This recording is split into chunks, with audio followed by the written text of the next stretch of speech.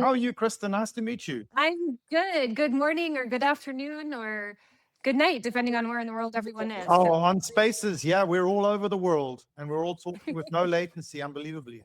How are you, Kristin? Are you at Consensus as well? No, I'm actually in California right now, Okay. so it's still morning time over here. So excited to talk to you. I'm very much. We had Perry and Boring on the space a couple of times.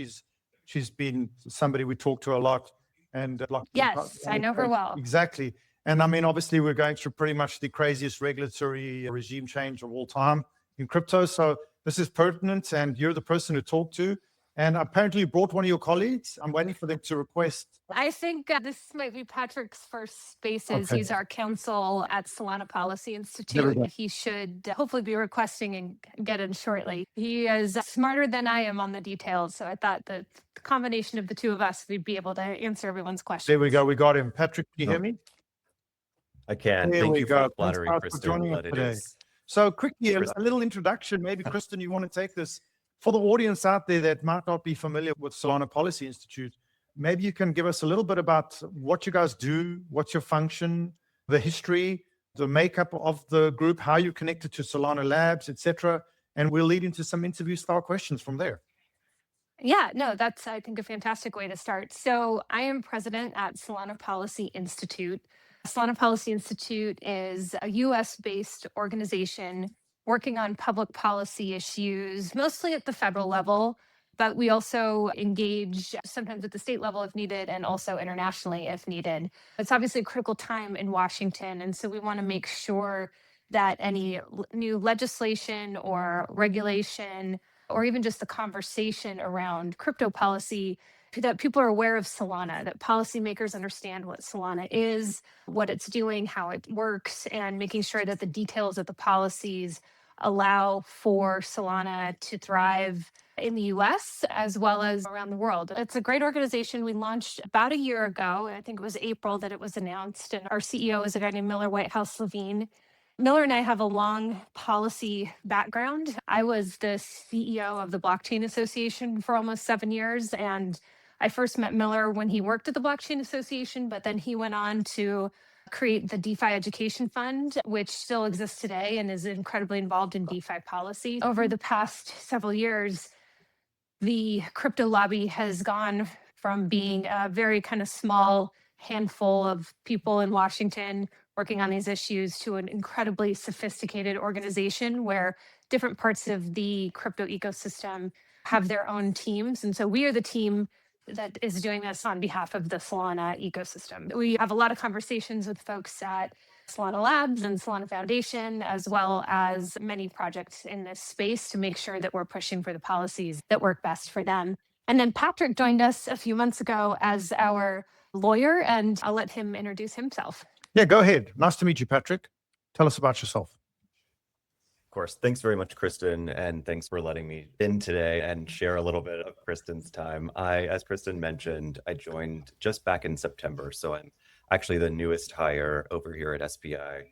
And I'm really, was really excited about the prospect of this organization and how pivotal it can really be and how critical it will be going forward for helping to establish Solana as the home of the future of finance. And the regulatory issues and all of the tax issues and what we're doing before the SEC and other regulators is really my bread and butter and what I sort of nerd out on. I previously was at Uniswap Labs and have started my crypto legal career at Coinbase. So I've kind of been over the centralized exchange and the DeFi land. And now I'm excited to be in a place where we're influencing policy proactively rather than having to be on the defensive all the time.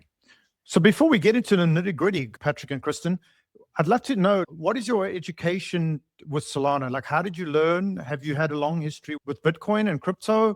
How did you get to where you are now in understanding Solana versus Ethereum versus Bitcoin, the differences, the nuances, why it's special potentially, why it's different, why it should have different regulations, et cetera, et cetera? How did you get there?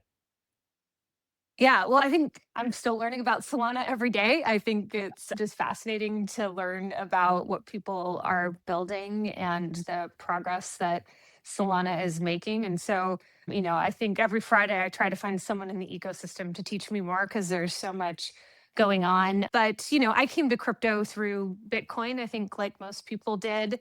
And I first heard about Solana. We actually had an intern many years ago when I was at the Blockchain Association who was super into Solana, and he kept talking about it every day. And this was before the token had launched. And so that was how I first got to know about it. It was just a kind of somebody who had been deep in the weeds thinking about it. And I think what was really, I lived through sort of the FTX era and sort of the aftermath in Washington as a result of all of that. And, I had always sort of very much associated Solana with FTX, to be quite frank. And so when FTX blew up, in the back of my mind, I was like, oh, I don't think Solana is going to bounce back from this. And I think what really got me to go deep on Solana was when it did come back.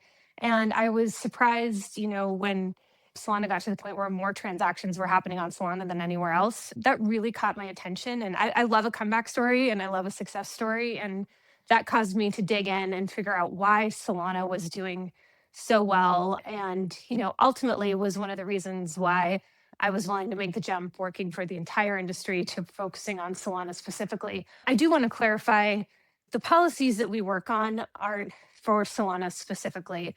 When Congress or regulators are looking at policy, they are looking at how to apply what they would call like tech neutral regulations. And that tends to be a policy they follow. So we are not going out and trying to get into law specific advantages for Solana. We're trying to do it for any sort of competitive blockchain. We just think that Solana is the best poised to take advantage of these. So, Kristin, you preempted one of my questions, which I was going to ask how you think about balancing advocating for Solana specifically versus advocating for crypto broadly. But I guess maybe as a related question, like what's your relationship with just other policy groups more generally in crypto? yeah, so SPI is members. We are members of the three big trade associations in Washington, D.C. So, trade associations are supposed to try to bring together the views of the industry. And so we work with all of the working groups across my old organization, the Blockchain Association, the CCI, the Crypto Council for Innovation, and the Digital Chamber, where Perian got that launched many years ago. So we're very involved with those organizations. There are also some sort of informal groups that come together to work on different issues. So we work with a lot of the other orgs in like the DeFi space, for example. We also connect with other sort of layer one blockchains that might have kind of aligned policy positions. And so we are always trying to collaborate and kind of build coalitions within the industry, because it certainly doesn't work to go to a member of Congress or go to a regulator and be pushing for a position that doesn't have broad support. So we spend a lot of time working on that. But then we also work with a lot of these same individuals on the political side when it comes to hosting fundraisers and things like that for members of Congress. Sometimes we'll collaborate and do joint comment letters with like the DeFi Education Fund, for example. Patrick is the king of our letters there. Coalition building is a big part of trying to get policy done in Washington. And so we spend a lot of time talking with other participants in the industry. And it's kind of interesting in DC, I've been in DC for 25 years. You might be sort of competitors in the marketplace, but when you come to Washington, you often end up working closely with competitors in order to advance common policy position. This is something that transcends all industries. And I like to think we work pretty well with all of the major players in DC. I got some questions for you, Kristin. From my experience, how does the average person in Congress or the average US regulator view crypto right now? Well, I would say it's way better than it used to be, but it's still a little bit mixed. For a long time, crypto was not taken seriously. I think it is a pretty complex technology, and that for policymakers who are working on a bunch of different issues, it's very hard for them to maybe grasp the utility of it.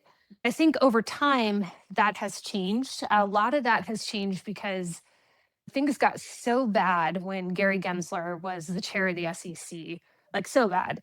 And with all of the debanking going on with the debanking regulators, I think there were a lot of sort of leaders within crypto projects and then exchanges and at venture capital funds and others that got together and they said, we have to fight back. And the only tool kind of left to use at that point, outside of doing all the work Patrick was doing, fighting the SEC in court, is that they needed to engage politically. And so there was this Fair Shake super PAC that was very active in the last election. They've already raised $200 million to deploy in the midterm elections. And I think that was a really big game changer in catching the attention of policymakers saying, hey, like people care about this. There's real economic activity happening here, and we want it to be in the US, and people care about this. I also think something interesting happened in the last election. We saw for the first time people were voting on crypto issues. And it wasn't major in the polls. Like most polls had people cared about a candidate's crypto position was like at 20%. But if you're looking at a competitive race, like an issue that 20% of the people care about can move the needle. There was also a lot of advocacy among crypto users, largely organized through Stand With Crypto, but some sort of individually on their own, that were going to campaign rallies and calling their members of Congress, et cetera. So I think there was just across the board a real political awakening within crypto, and that had consequences in the election, right? Like Sherrod Brown, who was the chair of the Senate Banking Committee, who was very anti-crypto, is no longer in Congress anymore. So I think we've caught the attention, and there is a nice pro-crypto army in DC that is going out and trying to take advantage of really this sort of second chance we've had to make progress on the policy front. I think we've seen a tremendous amount of progress this past year. I mean, as somebody that's been in technology my whole life, I came up as somebody who sold technology to non-tech savvy people. I've always known that the biggest problem when you get into a negotiation or try and talk about policy or anything to do with the utility of software is education.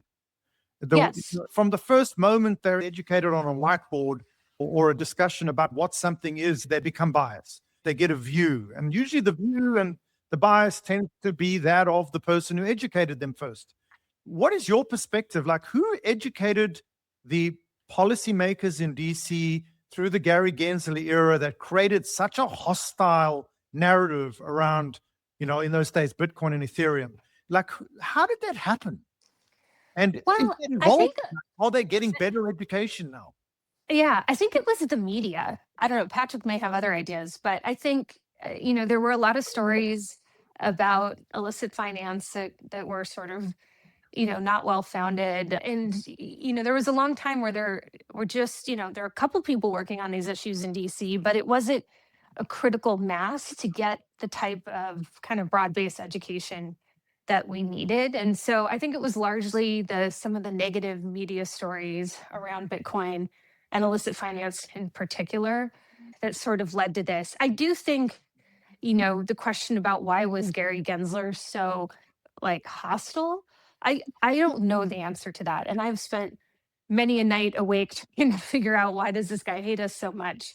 And I think a lot of it comes down to, Elizabeth Warren playing a very prominent role in the last administration when it came to sort of being the I guess, queen maker, I should say, to deciding who was going into key regulatory spots. Like that's one theory I've heard that, maybe Gary Gensler wanted to be Treasury Secretary and was trying to appeal to Elizabeth Warren. I think there are some members of Congress, much less than there used to be, but there are still some members of Congress that really want the government to have control, right? Like they want to see all of the transactions and they want to be able to know whose wallet belongs to who. And they're just have a mindset that big government is the way to go. And when they see a technology that comes along that challenges the whole regulatory regime that they've set up around intermediaries, they start to see that as a threat. Patrick, any thoughts there?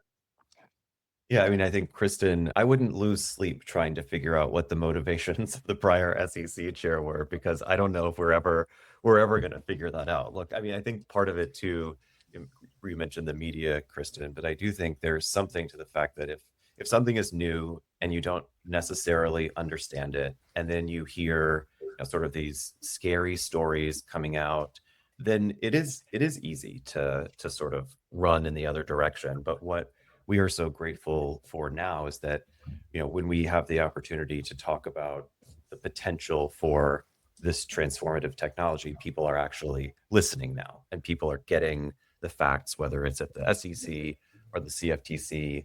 Like we are in a much better position, as Kristin was explaining now, than we ever have been. And we are trying as hard as we can to sort of rewrite that narrative and make sure people really understand the benefits that this technology can provide and how this can carry forward into the next era of finance. Absolutely. I mean, Kristin, you said that word utility. And when, as somebody's just from the outside watching the regulatory regime, the conflict, the disputes through this process as a technologist, I don't know if you know that I was actually part of the team that made the first blockchain for Oracle. Larry Ellison, back in the early 2000s, called Common Object Broker Request Architecture, Corbo, which was, we were in R&D to build the next Oracle database and, the next architecture of databases. And so we built these distributed architectures, but at the time, we didn't have CPUs and Jensen and NVIDIA making incredible progress with chips. We didn't have an unbelievably fast, low latency network. So we had dial-up modems, if you can believe it. So we couldn't really make it function or demo it to prove its utility. All we knew, though, was that it had no single point of failure, and it had unbelievable redundancy and anti-corruptible data. And that was really the use case.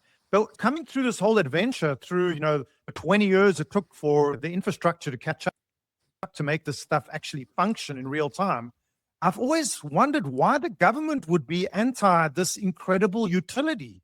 Because at the end of the day, they almost benefit the most from blockchain. It literally removes inefficiencies from their entire work. You can remove literally 75% of the overhead of bureaucracy by implementing blockchain. And it just feels to me like nobody's ever explained that to them. It feels like it came in as a competitor to the dollar. Then it came in as a competitor to the banks. And then it came in as a competitor to control. It never came in as a software utility designed to introduce unbelievable efficiencies and velocity of money, velocity of finance, which benefits everybody. And what do you guys think of that? Why did it, how come the banking lobby got so involved so soon? Did that come in with Elizabeth Warren? No, the banking lobby only really recently, kind of organized on crypto policy issues in DC. I mean, I think that the biggest one out there is, there's this market structure legislation that's been working its way through Congress. Right.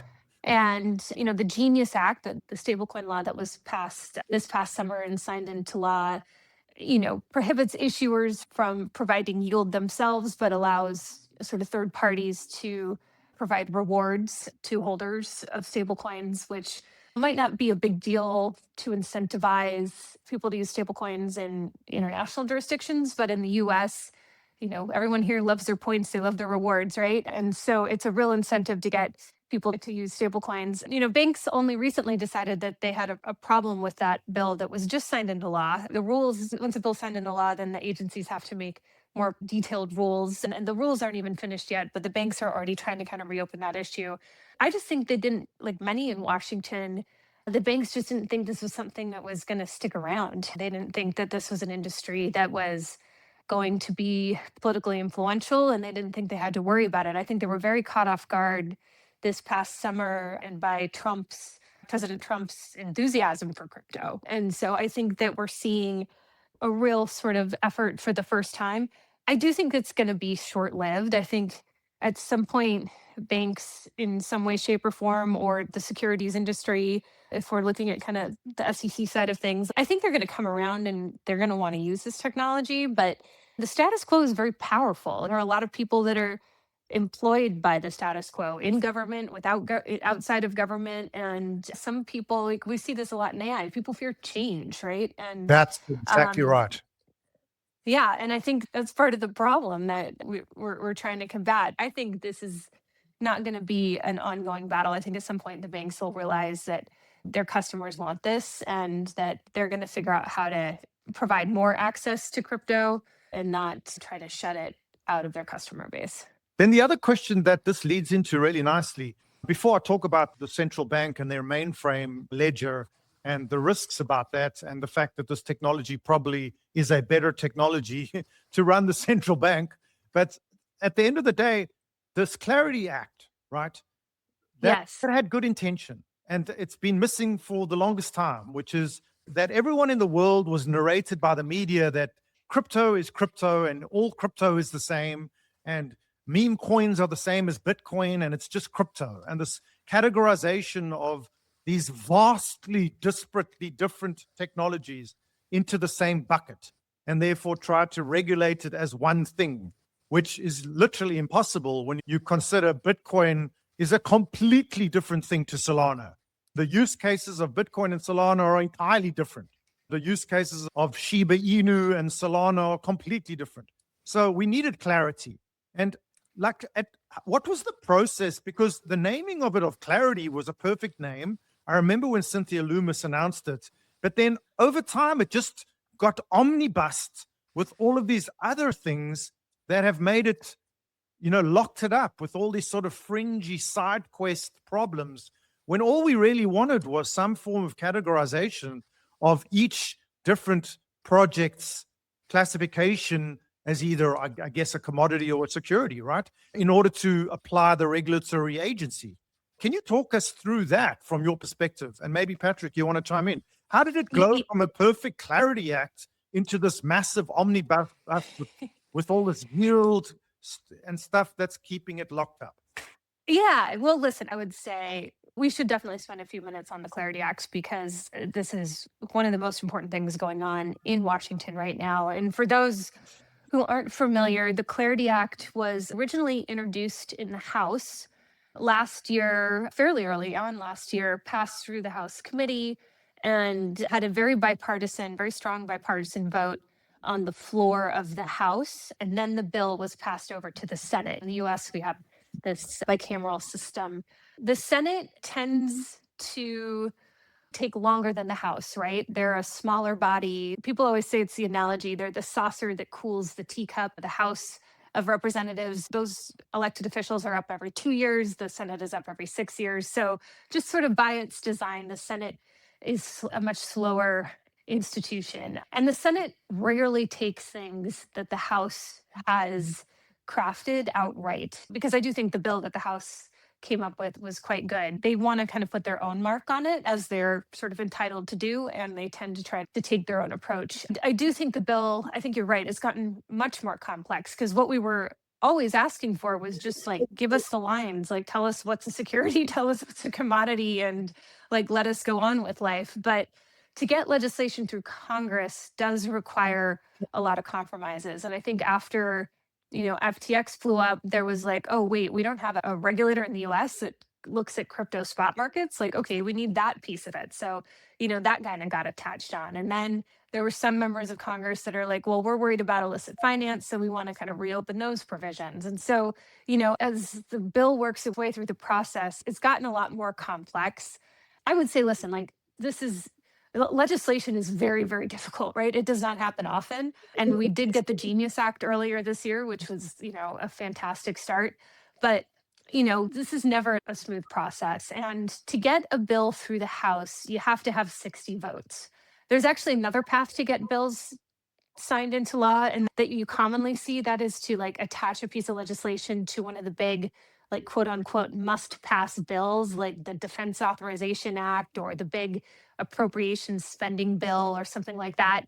But this path is not available to crypto, because to attach something onto a different bill that's not of the committees of jurisdiction, you have to have sign off of the Republican and Democratic ranking member and chair of the relevant committees. And right now, the ranking member on the Senate Banking Committee is Elizabeth Warren, and she's not going to want to see any legislation that would benefit crypto move forward. So as a result, we have to work around Elizabeth Warren, and we need to get 60 votes, which means we're going to need to have a handful of Democrats on board. And, the Senate is just in a different place than the House right now. The House has had the benefit of last Congress. They worked on Fit 21, and they learned a lot about the issues. They learned a lot about what crypto is. Like, they're a little bit ahead of the Senate. But I would say the Senate has been working very hard to catch up. And the White House's direct and personal involvement, I think, is really, really important in this process. And I think that this truly is a bipartisan issue, Elizabeth Warren aside. I think that everyone is committed to working on this. And Patrick and I are on daily calls with different folks in the crypto industry, talking to the Hill. There are a tremendous amount of conversations going on and a lot of work going in. I think we need to be patient, but I think there are a lot of people committed to getting this done, and hopefully they will get it done. What I would also say, though, is we've gotten a lot of clarity out of the SEC, right? Like, we know that meme coins aren't securities. They've told us that. We know that DPIN tokens aren't securities. They've told us that. We know stable coins aren't securities. Like, they've told us that. So we are getting some relief at the regulatory level without the legislation. And I think, the chair of the SEC, Chair Atkins, as well as the chair of the other market regulator, the CFTC. Yeah, selling and selling. fantastic. And there's listen, they have a certain authority today, right? They have laws that give them power. And I think, and Patrick can maybe talk more to this, but there's a lot that they've talked about that they can do with the powers they have. And I think they're going to, I attended a meeting at the CFTC where the two of them spoke, and they said, hey, we're going to use the power we've got to do what we can do to help you guys. And then hopefully Congress can continue to work through its process to make these changes permanent. Because the big fear is, what you don't want is for new leadership to come in and to try to undo all the work that Selig and Atkins are doing. But there's a lot that they have the power to do today that we're hopeful we'll see some progress on in the weeks and months ahead. I've got a left field question for you before we carry on. Like, what if I were to ask Paul Atkins or Mr. Selig or Elizabeth Warren about decentralization, do they understand what that means? I think Selig and Atkins do, yes. Okay. Elizabeth Warren's a very smart woman, right? Like, she's a professor at Harvard, right? I don't know how much time she's personally spent on these issues. I kind of gave up after being rejected like a dozen times to try to meet with her. So I cannot personally say how much she actually knows, but I think her staff is very well educated. And I do think I know it's funny, right? You'd think she'd be into this, right? She's always kind of hated the banks and she wants power to the people. Like, you'd think intuitively that this is something she would be excited about. But yeah, I mean, at the bottom, if you look at it from base tax, I mean, when I educate blockchain, it's actually, quote unquote, quite a socialist technology. Never heard that in the media. Blockchain is actually a friend to the socialist Marxist thinking. It's power to the people. It's literally equity and democratization of everything. But the narrative has come out that it's a capitalist stream and a key manipulation point, people making money off of it. It's just such an interesting paradox, I find. The question I had for you is, what do you think happens once President Trump signs the Clarity Act?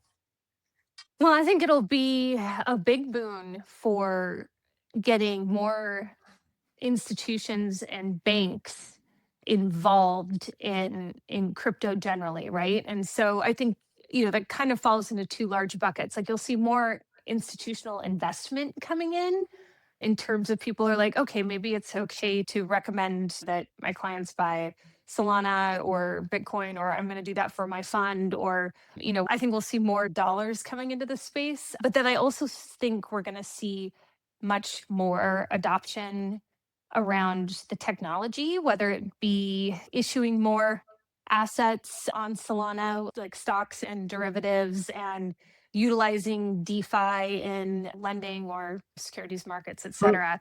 And this current draft will absolutely regulate and support like security token offerings on Solana. Well, actually, that's an interesting question. I might hand it over to Patrick for this one. So there's a lot that the SEC can do today to enable tokenization. And they've talked about this through their innovation exemption. So maybe I'll let Patrick kind of weigh in on that piece, because I don't think we necessarily need to have clarity for tokenization. Great. Yeah, let's hear about that. Yeah, I think the real benefit is having a framework that differentiates between what is a security, what is a commodity, and what are the associated obligations that come along with those. But you asked what happens after clarity. These agencies have to make a lot of rules to implement this legislation. And some of those rules will specifically be around how tokenized securities can trade, on secondary markets, how they can be issued. So all of those details are really reserved for agencies to go into more detail in explaining how you're going to be able to do that. But the framework from clarity is what I think is important in differentiating sort of the jurisdiction of the SEC versus the CFTC and allowing them the time and space to really create rules to implement the end goals and to facilitate on-chain finance. So, Patrick, in your opinion, and maybe for the audience's sake, can you succinctly, like we're 12 years old, what is the difference between a digital commodity and a digital security? Yeah, so securities, I mean, one of the things that we've been saying a lot with this since this new SEC has come in is that a security is a security no matter where it is. So an on-chain security acts and behaves in the same ways that traditional securities that you think of as like an equity or stock, something like that. Like those are fundamentally securities and things that are regulated, by the SEC. I think when you are talking about crypto, there has long been a disagreement on whether just sort of any token, choose one, whether it's Solana, whether it's Doge or something in between, is a commodity or if it should be treated like some sort of regulated financial instrument. And so for the Clarity Act itself, the important thing is to be able to get that different framework in place so we know who is regulating what type of asset and what are the obligations that come along with each. And because each of those regulators will have different expectations and different frameworks for how those things are trading on markets and how they can be regulated in terms of spot activities and potential fraud manipulation. Got it. And why do you guys think Ethereum got so much sort of preferential treatment early on? Do you think it was just because it was first to market and had early mover advantages? And do you think that that's a problem you face, that Bitcoin and Ethereum sort of got cemented in and grandfathered in, and Solana and other networks have to now come and sort of prove themselves?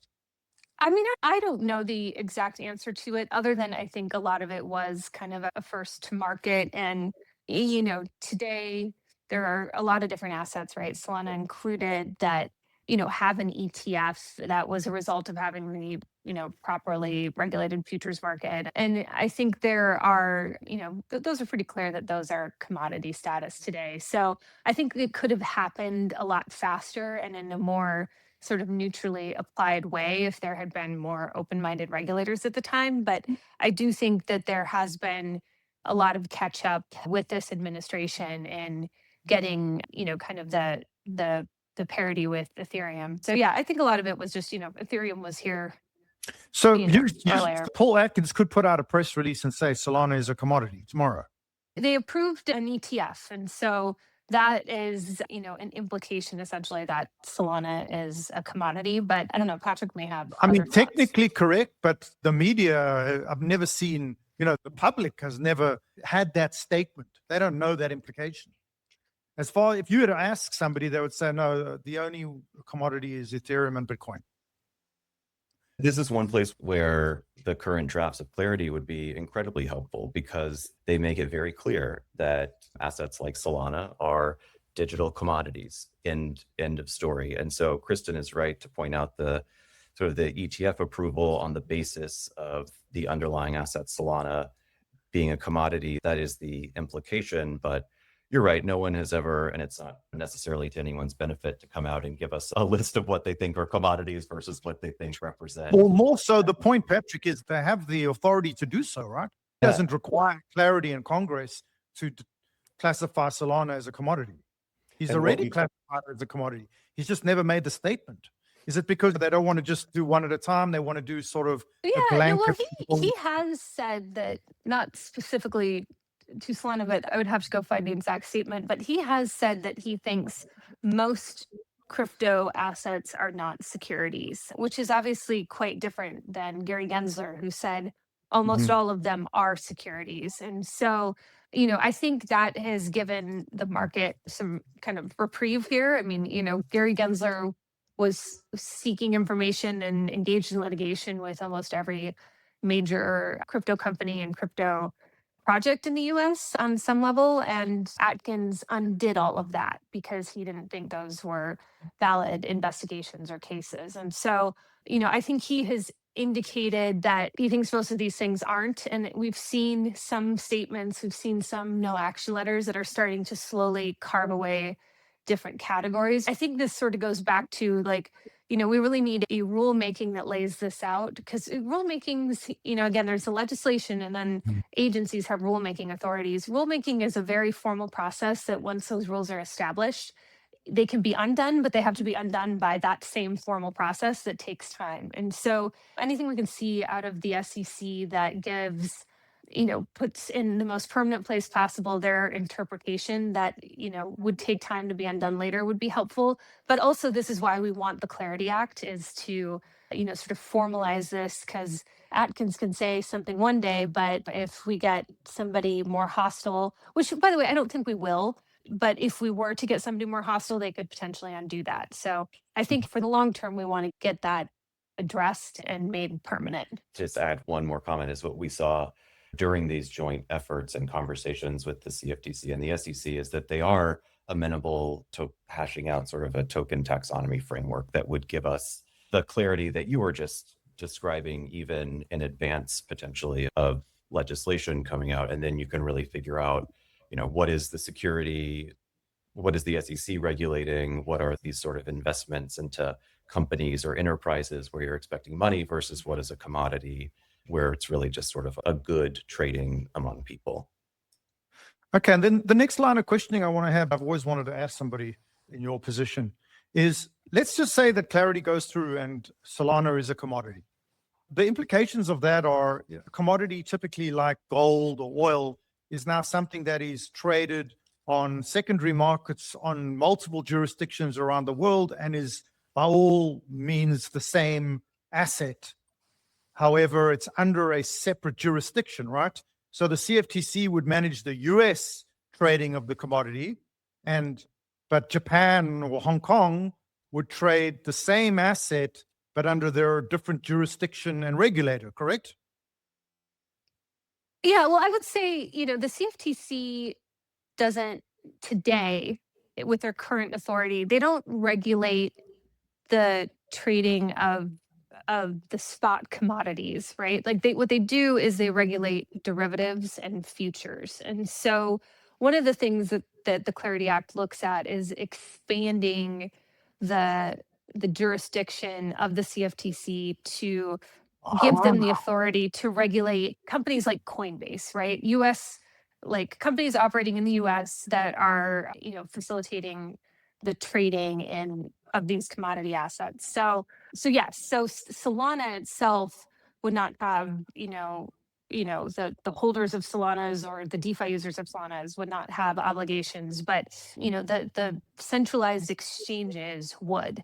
And so I think that yes, that's different from jurisdiction to jurisdiction, but I think that's kind of consistent today. Like to operate in the US, you currently have to have money transmitter licenses, you have to be registered with the Financial Crimes Enforcement Network, et cetera. To go for a centralized company to go into a new space, they would have to, be regulated there as well. But that doesn't mean that the market can't be connected on an international level. I don't know, Patrick, if you have anything to add.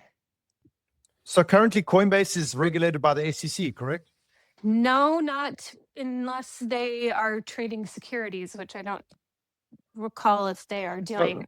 So today, are they being regulated at all right now? Yes, they're being, for their crypto markets, they need to have state money transmitter licenses. So not almost all states require a license for money transmission, but not all. There's I think it's like Montana doesn't or something like that. And so, yes, so they have, state level regulators, but no, their markets are not, they're spot crypto trading. They're not regulated. Now, I do think they have, and Patrick might know more because he worked at Coinbase. I think they do have some licenses at the CFTC. Did they have a broker dealer? Anyway, I'm not sure, but they may have some licenses. But yeah, you can't operate in the US without some licenses today. The Clarity Act would try to be more precise and streamlined and maybe help consolidate some of that regulation. Yeah, I will say too, it's always one narrative that we've tried to push back on is that crypto is entirely unregulated, because it's just not true. Kristin just went through all of those licenses. Coinbase is also a public company and has to file a ton of disclosures and a ton of information with the SEC just to continue to be listed as a public company. And as Kristin mentioned, they have a ton of different business lines that are all regulated in different ways. There's also state attorney general's offices across the US that are all interested and have some sort of authority to regulate activity that are happening within its borders. So there's also consumer protection that's at play. So it's not the Wild West like folks sometimes try to portray it. There are real obligations that already exist on these sort of markets. But as Kristin mentioned, the CFTC spot authority on something like a Coinbase is something that would be new in terms of new legislation that passes. So, I mean, part of the Clarity and Market Structure Act I read was a lot of anti-manipulation guidelines would be introduced, similar to 1933, anti-wash trading, anti-manipulation, not using customer funds, no coagulation of customer funds and things like that. So a lot of those, it's also packaged in these acts, right? Does that assume that currently there isn't that, or is it just an enhanced set of rules? Because as far as I could tell from the Clarity Act, this would be the first time that those 1933 anti-wash trading type laws would be applied to secondary markets of crypto. Yeah, so I do think each of these, and I don't want to speak specifically, but I do think there are self-policing mechanisms within these organizations too, where they are actively identifying and attempting to find that type of your activity. And maybe this is just something that's codifying or putting in the law something that's happening in a lot of these places, because as I mentioned, there are enforcement authorities that already exist at the state level and potentially others, depending on what the actual product is or what the market is, where this may already be something that's covered, or at least arguably within the purview of that regulator. Right. I mean, it's obviously an ongoing dispute, and I'm very close to it. I'm very much part of the community that's starting to ask the questions. People just assume the price of one of these commodities is factual and accurate, when this is a very unique asset class where you have over 150 synthetic order books in 65 jurisdictions, all emitting a price for the same commodity, which is not, you don't have that in other commodities. In fact, in gold, I've researched the most. There are gold exchanges around the world, but they have a very integrated regulatory regime to make sure that there's no, the price of gold in Shanghai is factually based on customers buying and selling gold, and to remove manipulation. And I would just think that crypto would impose a whole new domain of complexity at the policy level, because it's so many venues on the secondary market. It's not only centralized venues, there's decentralized venues. So you have DeFi prices of Solana, you have centralized prices of Solana on 5 continents in countless jurisdictions with different regulations. That would pose quite complex problem on policies to do with regulating that commodity. I think, you're going to have different countries are going to, as a buyer or seller of a commodity, you're going to be subject to different regimes. There's not one sort of global policymaking body, but I do think one of the things we've been focused on is looking at the DeFi world, because this is different, right? A lot of the regulations that, and by the way, the exchanges, I certainly don't speak for them, but I think they've been very public, welcoming to having a federal regulator for their spot commodity crypto trading. I think they're not opposed to that. That's one of the reasons they want it. And I think that'll help instill more sort of trust in, especially amongst the institutions. So that isn't an issue. I think one of the things that Patrick and I have been focused on is when you have a decentralized exchange or some kind of decentralized trading where there's not a centralized intermediary, but it's really more of a peer-to-peer transaction facilitated by software. We don't want the same sort of regulatory obligations to apply to DeFi, because it's not something where a software developer is going to be able to obtain that license. And so I think we need to be very mindful in Washington to differentiate between the DeFi world and the CeFi world, because you do want to be able to participate in some of the global DeFi activity potentially without, if we impose the wrong kind of rules, that could really prohibit users in the US from accessing the DeFi world. Yeah, I think, and if you add to that, I mean, for the audience out there, the complexity even grows. If you take the picture I just drew of all of these venues, with very opaque order books and different regulators to a certain degree, some of them on islands. I mean, FTX was on the Bahamas. Binance is the largest by volume and is on the Seychelles, totally out of the US's regulatory purview, and pretty much dominates the price of Solana and all crypto through their futures markets and their spot market. And if you add to that now the advent of the ETFs like IBIT and MicroStrategy, etc., and the option liquidity and option venues on top of that from the CME, etc., and now add option markets in Japan and Hong Kong, you now have even more, I would say thousands of different vehicles, markets, and exchanges influencing the price of the same supply of the commodity, which is actually one single ledger replicated in all the nodes around the world, which I think is an absolutely insanely complex problem to regulate. In my opinion, I think it's overwhelming. And so when I look at Washington right now, or any authority, with my experience, how would you create guidelines to suit a single regulatory regime for that problem space? I would think that it is an extremely multi-year, multi-complex problem.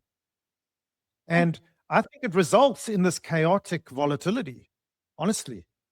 I think it results in the Wild West feeling, this, I call it artificial volatility in this asset class, is because there are so many different venues trading the same commodity without regulation. Now, I mean, I might be putting myself out there by saying that, but from my experience, that is the case. And as a Solana lover and believer, you add to that the FTX blow up. And I mean, I'd like to ask you, Kristin and Patrick, what is the current status with the Kroll bankruptcy, the Solana that was locked up? Does that ever come out in policy negotiations or discussions? Is that cleaned up? Is there concrete evidence that that's gone away? I mean, how does regulators see that? Because that is quite an event. Yeah. No, so I don't know, because I don't follow the day-to-day sort of specifics of what's going on with the FTX bankruptcy, but there is a provision, I believe, in the Senate version of Clarity that does update bankruptcy laws for crypto assets. And so I think that is something that is on the mind of policymakers and could be one of the benefits of getting new legislation enacted. But, listen, I think there's a reason why we don't have a law. I've been working in Washington on these issues since, I guess it was 2018 when I started the Blockchain Association. Not quite 10 years, but a long time. And it takes a long time, right? Because all of us, we think about Solana all day long, and policymakers, it takes time, it takes education. And on top of that, this is the most crazy thing, but if you work at the SEC or the CFTC or the Department of Treasury, there's currently rules on the books that don't allow you to own crypto assets or play around. Like, you can't go play around with DeFi if you work at these agencies. And so in addition to the learning curve, for some of the folks in government, it's really like a sheer intellectual exercise to wrap their heads around what's going on, because they're not allowed to get in and experience some of the technology themselves. And so, it takes time, but I think, that's the reason why, Solana Policy Institute exists, right? Or the Blockchain Association, or all of us working on the ground. That is why we're here to try to fill that gap. Absolutely. Kristin, that you hit the nail on the head. That is why you exist, is to try and educate and fix that and get that right. Yeah, and we'll get there. It just isn't a process that can happen overnight. No, absolutely. I think it's extremely complicated. I mean, do you think that Congress is aware that centralized exchanges are not crypto? They're simply managing a derivative with a dollar price, and that the blockchain is completely in a different closed loop to exchanges that sell it. Like, do they are aware of it, or are they? I think some of them are. And, Okay. Congress has a committee system for a reason, right? Because if you're a member of Congress, think about all of the different policy issues that are going on in the US at any one given time, right? Like, it is more than any single person can handle. But that's why Congress has committees. They have the Senate Banking Committee, they have the House Financial Services Committee. And then within those committees, they have special subcommittees that focus on digital assets. And so the people with the pen, the people writing the legislation, they do get very deep into these issues. And then they have staffers and lawyers on their staff who are also dedicated specifically to these issues. So we don't have to get all 535 members of Congress to understand that in detail, but what we need to do is get the key people who hold the pen to understand it. And I think they've come a long way. And work with them and provide feedback to them and work within the process to try to get there. And I think, it's a long process. It's a frustrating process, but, compared to the world where Patrick was at before, where he was working on litigation and defending against lawsuits coming from the SEC, like, I would rather be in the place we are now, where we're trying to get the rules of the road in place with a Congress that's really open and wanting to do it right, and a White House that's supportive of it. I would rather be in that situation than where we were years ago. And I think we really have turned a corner in the US. I mean, what the president and his Treasury Department and the SEC and the CFTC and Congress did in 2025 alone was just a remarkable turnaround. And we still have a long way to go, but we've definitely, gotten the US into a more competitive position. Is it true? Can I say- Did I see you on the Fortune 40 thing? Yeah, I did, like, a few years That ago was during you. COVID. Oh, right. So you were on the Fortune 40 under 40, right? Yeah. Go ahead, Patrick. Oh, I was going to add one more thing to what Kristin was just discussing. It's not even just about our work is cut out for us, because it's not even about education on sort of the tech and getting good rules for market structure. There is so much more out there for us to also try to accomplish with this Congress and with this administration. Tax is one thing that really comes to mind that we've focused on at SPI. So I think I would be putting all the listeners at a disadvantage if we didn't at least say that this is another issue out there that we are advocating, on behalf of holders of digital assets and in the Solana ecosystem, particularly on issues with how staking rewards are taxed in the US. This is, it's not just market structure that we're focused on. There's a lot more out there that we're educating on and trying to get past and help people to understand. So there's a lot of work to do still, even though we've had a lot of good progress. It's an extremely complicated problem. I mean, there's so many elements of regulation that it touches, right? The taxation, the regulation, the secondary markets, everything. It's an extremely complex task you guys have in front of you. And we really appreciate your work. And it's nice to meet you guys. I mean, and let me make myself available. I'm a great educator, very experienced in this stuff. I can talk through anything. I used to teach the government, actually, in the previous iteration of the internet. And if you ever need anybody to whiteboard exactly technically what's going on. Be careful what you wish for. Oh, I could teach blockchain. I can show you about Solana on a whiteboard. I can show Elizabeth Warren why she's so wrong. I would love to watch that. I literally think if you give me 1 hour in a whiteboard with Elizabeth Warren in a room, she will leave completely differently. Yeah. Anyway, Yeah. Kristin and Patrick, really, thank you for coming. Are there any questions from the audience or anybody wants to add anything to that? Ted, Wes, anybody got a question? No, that was an incredible space. We've had so many conversations that have led up to this conversation. Really want to thank you guys for participating today and going so deep with us. I think very important for crypto as a whole. I wish we could produce maybe some reports or maybe some more content or ideas to continue these conversations in the future, because it's very important conversations here. Absolutely. Expand. Yeah, I think so. Thank you so much, guys. And Yeah, thanks for having us. Kristin, you can reach Thank out. you. Patrick, reach out to me anytime. Maybe we can do another space dedicated to this post clarity or halfway through, once we have some resolution and see, and kind of like look back on what we spoke about. Yeah, I think and we're going see to where get we there. were. We're going to get there. Nice to meet you, Patrick. Okay, guys, that was excellent. I love that. That's my thing right there. Yeah, I can So tell next up we have you were very much vibing with that because, like I said, we've kind of led up to that conversation over the past couple of years. It's I'm hoping that we've with a little bit more of a broad understanding of the problem. unpacked it quite a bit. There is a massive mismatch in education at the highest levels. And I'd like to make myself, if I can help, I would give my time and energy to educate those that are fighting for the cause so that they know exactly what's going on and they can speak about it without holes, without nuance, without deception. It's a massive problem. And I don't think it's a simple fix. I don't think the US can fix it. That's my point.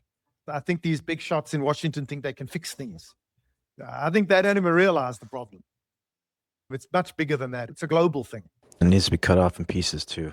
Tackle needs to be tackle in one pieces. piece at a time and stop Right. trying to fit it into a box it doesn't fit into as a new digital asset that has innovative technology that needs to be reassessed into the 21st century instead of the 1930s. So 100%. it needs pieces at a time. Just cut off little pieces. And the issue with that, of course, is the timing for midterms before shit gets turned off. But it's more about just putting the practice in place of recognizing how big this is, of trying to marry it into fintech and just taking it one little piece at a time instead of such a broad thing that gets just shut down and messed up. It's a tricky one, Marty. Absolutely. I mean, I think that the miseducation of crypto is one of the biggest travesties of the 21st century. I think if it had been done correctly from the start, I don't think we would have any issues and it would have been fully adopted by now. And in fact, I believe we may not be in as much debt as a US country or world or have sovereign issues. I literally believe that as a technologist. If you fix the money, you fix the world, and the money is broken and it's been broken for a long time. And what we're doing now is reverse engineering where the problems in money to try and come up with a solution when it's too late. And we had the solution. And in fact, we have the solution right now. Last night, I watched him on a YouTube podcast. We have the solution. We heard the guy from Jido yesterday, Andrew. We have the solution. These solutions we already have them. All that's lacking is buy-in from the regulators, buy-in from the industries, buy-in from the government, buy-in from the media. And she said it, Kristin. The media are to blame, like literally everything. Like every narrative that gets us in a state because it's so invalid is coming from the media. They literally ran with crypto bad. They didn't even know what it was. How come they didn't know that crypto benefits the poor? It benefits the country.